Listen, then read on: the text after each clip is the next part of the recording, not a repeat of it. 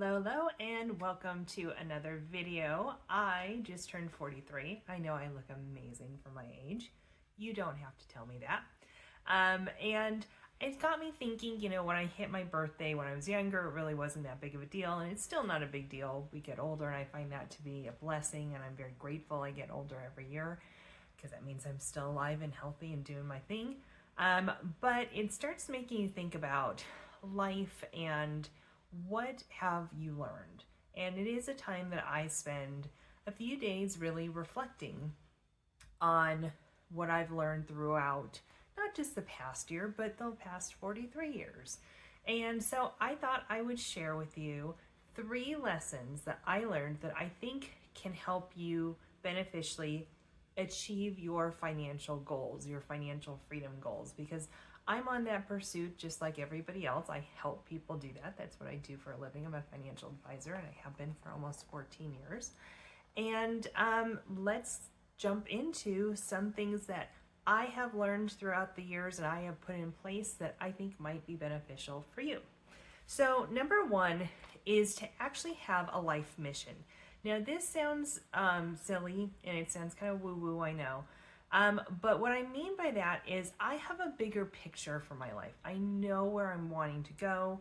I know what my goal is. My ultimate goal is financial freedom, doing what I want, when I want, without any kind of restraints, including financial. And that is my goal. Does that mean I'm going to retire early? Not necessarily. I might tweak some things so I, get to do what I want to do rather than, some of the stuff I don't want to do, which every job has, every business has, which I own my own business. But I would say you need to figure out what your mission is, because if your goals are things like, have enough for retirement or things like that, those aren't big enough really to motivate anybody. And this is the cycle we kind of find ourselves on, is if we kind of have this kind of vapid, weird goal that isn't really a goal, and it is a goal, but it's kind of not a mission. It's not a way of life or they always say with healthy eating that, in order to lose weight, you have to develop a lifestyle eating, not a lose weight eating, right? Hopefully your lose weight eating is your lifestyle, or your lifestyle, eating is helping you lose weight, right? But you have to develop a lifestyle. It's not about these short little goals to get you through. And so that seems a little contradictory, because I talk a lot about bucket list planning, right?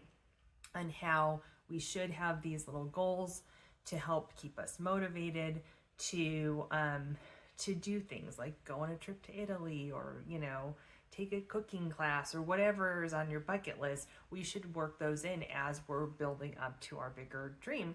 And I agree with that. I think that that's important, because I think you don't know what life is going to be like for you. If it's in retirement, if it's at financial freedom, you don't know who you are or what you enjoy unless you get to experience life and start checking off some things on your bucket list. Plus, there's nothing more gratifying to knowing that you did it and that you are able to, to do more and still be on track for your bigger life mission. And so I think having a life mission is really important, whether that's a one-liner, whether that's, just having a vision. You close your eyes and you see what you want your life to look like. It could be lots of different things, but you do have to have a bigger purpose than just, I want to retire. I want to be done working. That's not motivating enough, because we let too many distractions get in the way. And I think that that's apparent a lot of times. So that's my number 1. Number 2 is, I'm looking at my notes because I will forget. Debt is the enemy of financial freedom. We talk about this a lot, and we have people say, oh, use your credit cards, or don't use credit cards, use cash, and when's debt, good debt versus bad debt. I will tell you, debt in general holds you back, right? Because it stops the ability to be able to get small if you need to. So if you have something that happens in life and you need your expenses to shrink, even having good debt, like having a house payment, can be hurtful during times like that, because if you have a $2,500 mortgage payment, how small can you really go? But if you don't have a house payment, you can go really small. You know, you can go much smaller than that if you needed to get through some tough times. And having the ability to go wide and go small is really that key. Does that mean that everybody shouldn't have a mortgage and pay off their house? No, because you've got to look at your financial situation, see what's going on, that kind of thing. I also think that we focus too much on debt in terms of, I've got to pay off debt before I can start saving. I think that's a no-no. I think that you should be trying to do both at the same time. Otherwise, you're just never going to get to the savings part. And what's going to hold you up if you have another incident that puts you in debt if you don't have savings? So, but I do think the less debt you can have, and I don't mean, you know, credit cards and paying them off every month. I mean debt, like debt, credit card debt, you know, that you don't pay off, student loans, you know, house payments, even rental income properties. Some of those can really stop us from being able to make those swift choices that we need to make that are going to put us in a good position. And so for me, debt held us back, and having much less debt now is allowing us to A, live a life that we really enjoy, but B, also get ahead in our savings goals like we've never been able to do before. So debt is one of those things I say, you know, can be an enemy to financial freedom. Number 3 is to stay conscious in your spending and your saving rather than budgeting. So I used to kind of be one of you probably out there who were beating myself up all the time about not having a budget.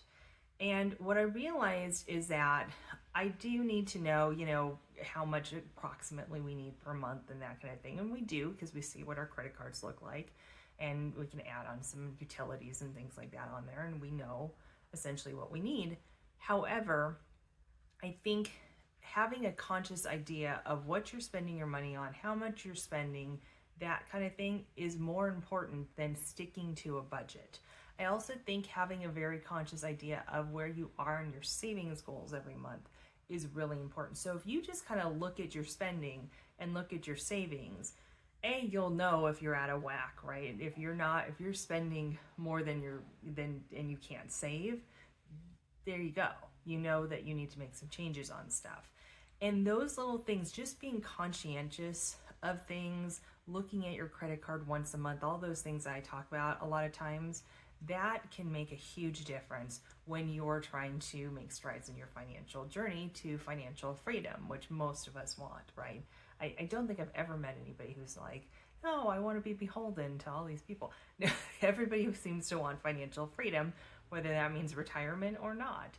And so with that, I mean, this is a short and sweet video, but I think that those 3 things, you know, having a life mission, keeping debt to a minimum because it really can hurt you when you come to trying to get to financial freedom, and staying conscientious when it comes to spending and saving rather than focusing on a budget or a budgeting app or what's going to be that trick for me. Those 3 things, I think, really have helped me get to where we are now, and I believe will help me promote and push forward in our journey, you know, my husband and my journey on our financial freedom and our goals that we're trying to accomplish. So I hope this helped you. Short and sweet. I like it. A lot less time than most of my videos. But I hope that this helped you, and we'll see what the next year comes, and maybe at 44 I'll have a totally different viewpoint on it. But for right now, those are my 3 things that have helped me get closer and closer to my financial goals and financial freedom. So until next time, take care, and I will see you on the next video. Bye-bye.